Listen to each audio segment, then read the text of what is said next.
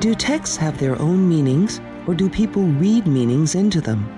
Is there one true interpretation of any text? Early 19th century philosopher Friedrich Schleiermacher was the first person to formulate general rules for interpretation. A scholar and a translator of Plato, as well as a Protestant theologian, Schleiermacher sought to develop a systematic theory for how to interpret texts in all different realms. In the process, he established the ground rules for the branch of philosophy we now call hermeneutics. And so you ask yourself, what is a text? What is the meaning of a text? What is reading in relation to writing? These then are the general problems, you might say, of interpretation, whence the name hermeneutics. But you still need to go back to where it all started from, that is, the interpretation of texts, whether religious, secular, or legal. Schleiermacher sees a text as the product of an age. In his words, the language and the history of the time are the context within which the individual texts need to be interpreted. Interpreting a text is a matter of gradually discovering what the author intended. The more you learn about different aspects of a text, such as language, culture, and the psychology of the author, the better you can come to understand the whole. Everything stands in light of everything else. Later, Schleiermacher's method of interpretation was adopted by others. His biographer, Wilhelm Dilthey, broadened the focus of hermeneutics from texts to other fields. Take, for instance, art. Dilthey argued that when interpreting a painting, we need to develop imaginative sympathy with the painter's intentions. We almost need to relive his life in order to understand his work. Or consider history.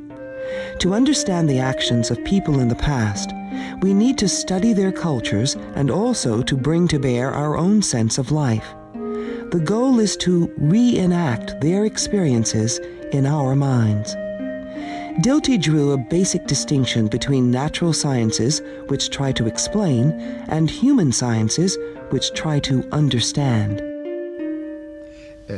Man kann sich das gut klar machen, wenn jemand You can best explain this if someone tells you they're in love. Und wenn ich jetzt And then seine they're assuming you understand what love is actually. vielleicht psychologisch und so weiter. But what they're really trying to express is not love as such, but really a declaration of love. Eigentlich etwas erkunden, was eigentlich nicht Liebe ist, sondern eben die If I Erklärung want to von understand this type of love, I have to reconstruct this feeling within myself so that I can understand it. Liebe in mir selber sozusagen nach. If someone tells me they're afraid, I can try to explain why they're afraid.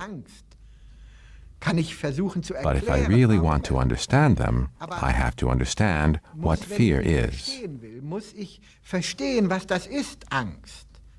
Dilthey thought that we could ultimately achieve objective understanding of people in other times and cultures. But is that possible? Aren't there limitations to how much any reader can grasp of any author's intentions? Oui, il y a deux faces à un texte. Yes, there are two sides to a text. There's the person who produced it, the author, and who therefore has certain intentions. But the text he produces breaks away from him, mainly as a result of writing, which makes the meaning content, or what could you call it, the statement, breaks away from its author and takes on a life of its own. You might say that a text escapes from its author. And that's where you have a second problem, and that is, what do readers make of it? So a text is like a place of interaction between the author, who has his own set of intentions, who has somehow written them into his text, and then you've got the reader, who brings to the text his own expectations. Born in 1900, the German philosopher Hans Gadamer is often called the father of 20th century hermeneutics.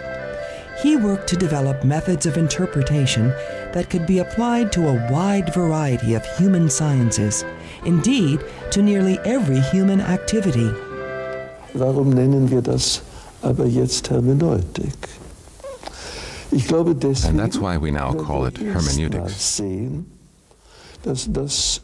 So I think when we realize that the significance of this tool, which is already used in other disciplines, this theory of the interpretation of texts, stretches far beyond just texts. Or perhaps we should say rather that what we're dealing with here is the text of the world, or maybe even the text of the history of the world. Oder vielleicht gar den Text der Weltgeschichte. Gadamer recognized an important transformation in how language came to be used in the 20th century. With the spread of mass communication, words and ideologies gained a new power over peoples and nations.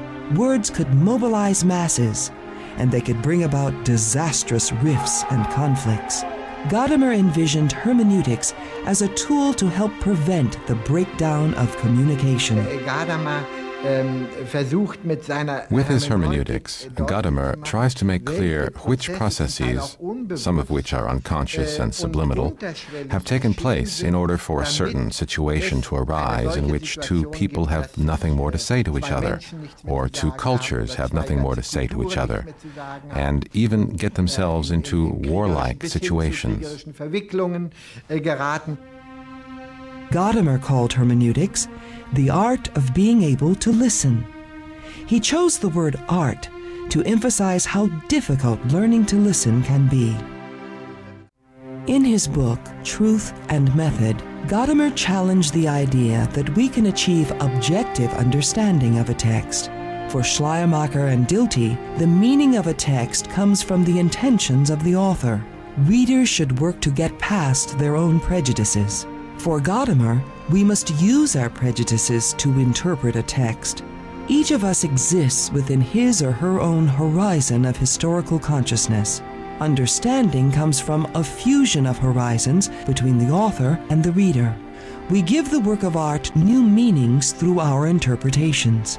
Such subjective understanding is as vital to the search for truth as the objective explanation of the natural sciences. In unserer Lebenswelt, in unserer Kultur brauchen wir wirklich. In our culture, we really need both. Eine Kunst des Erklärens, the art of explanation and the art of understanding. Deswegen hat auch Gadamer sein Hauptwerk. This is why Gadamer called his most important work Truth and Method. The strictly scientific approach is methodical. Der Weg der strengen Wissenschaft. But this strict view of science doesn't exhaust the notion of truth. The truth is much more than what's involved in explanations, what can be understood. Viel mehr als nur das, was im erklärenden Zugriff erfasst werden kann.